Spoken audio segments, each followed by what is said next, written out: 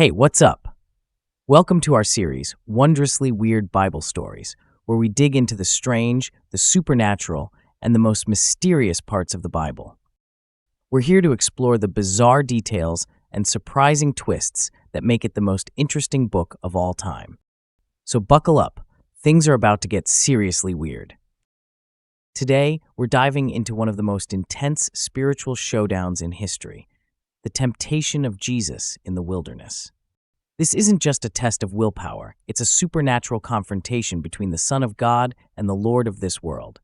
The devil's plan is unoriginal, but after all, it worked in the garden. Maybe it will work here too. Now, you might be thinking to yourself, wait, what? Did he just say in the garden? I thought we were talking about the temptation of Jesus. Well, I am. Let me explain. Directly after Jesus gets baptized in the Jordan River, the Spirit leads Jesus into the wilderness, where he fasts for 40 days and 40 nights. It's at this time we see Satan enter the story. Let's look specifically at what Satan said to him in Matthew 4, verse 3. Then the tempter approached him and said, "If you are the Son of God, tell these stones to become bread."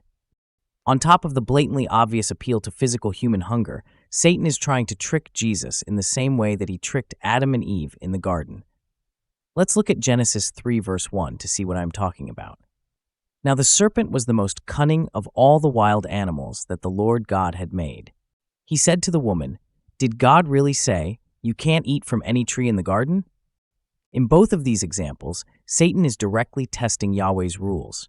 While his strategy in the garden was confusion, Satan likely knew that approach wasn't going to work with Jesus, so he adjusted from confusion to a direct challenge by saying, "If you really are the Son of God." Big mistake. Let's look at Matthew 4, verse 4, to see how Jesus responds. He answered, "It is written, 'Man must not live on bread alone, but on every word that comes from the mouth of God.'" This doesn't seem to do the trick in either story, so it's time for Satan to take this plan up a notch.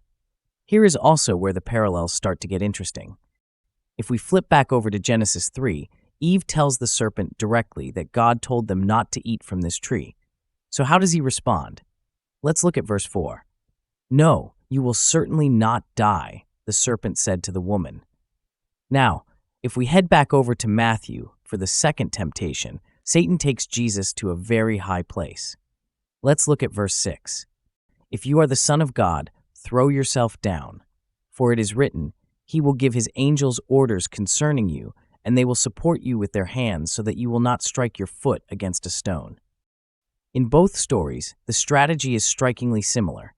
Satan tells them, albeit in different ways, "Come on, you really think God is going to let you die?" This is a direct challenge to Yahweh's love and protection. I love Jesus' response in Matthew 4, verse 7. Jesus told him, "It is also written, 'Do not test the Lord your God.'" In both stories, the adversary doesn't give up. It's time to take this offer to the extreme. Back in Genesis 3, the serpent then says, "In fact, God knows that when you eat it, your eyes will be opened, and you will be like God, knowing good and evil." Let's compare this to Satan's temptation of Jesus in verses 8 and 9.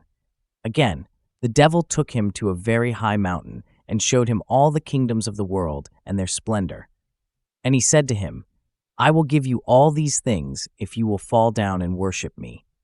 This temptation is basically the same. Listen to me, and I will make all your wildest dreams come true. But this is where we see a deviation in the outcome.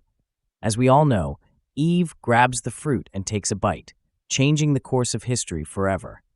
Back in Matthew 4, verse 10, we see Jesus once again not take the bait. Then Jesus told him, "Go away, Satan, for it is written, 'Worship the Lord your God and serve only him.'" So what's the takeaway here? First, isn't it interesting that the devil basically tries the same playbook on Jesus that he did in the garden? And second, don't lose sight of the fact that Satan really did have the authority to give Jesus all the kingdoms on earth. Otherwise, this wouldn't be called the temptation of Jesus.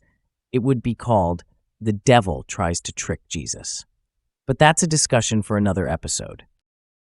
Thanks for stopping by. If you enjoyed this, don't miss my series on supernaturality and the Bible. The link is in the description. And just remember to keep reading that Bible.